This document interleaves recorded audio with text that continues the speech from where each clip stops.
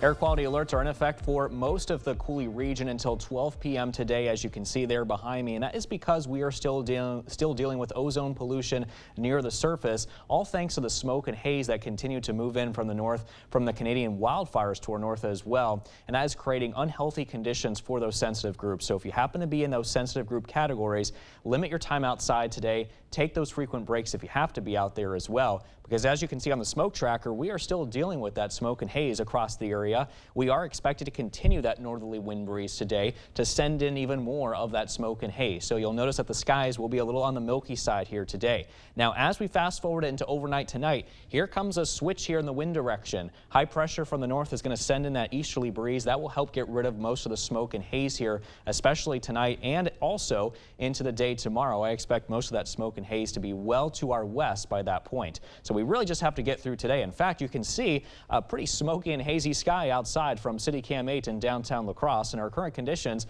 are at 58 degrees as far as the temperature goes in La Crosse. Visibility levels not really being affected too much, currently at 10 miles, so that's good news. North-northwest winds currently at 9 miles an hour.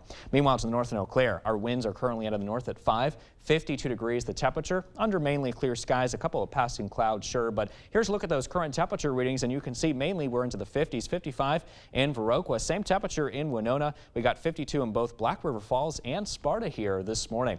And just a few passing clouds, like I mentioned, here across the Coulee region, but other than that, conditions are still relatively quiet across the area.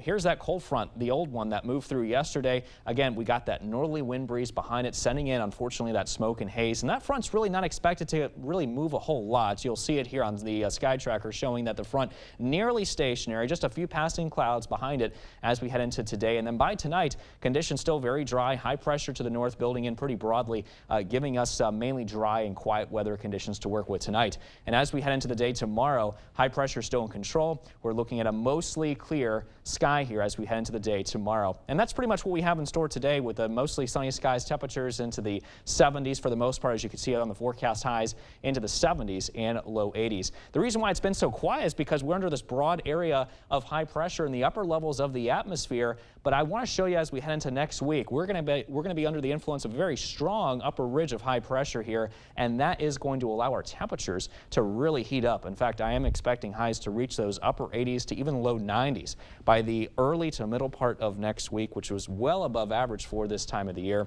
So definitely something to think about, and really just in time for the summer season, which officially starts on Wednesday of next week.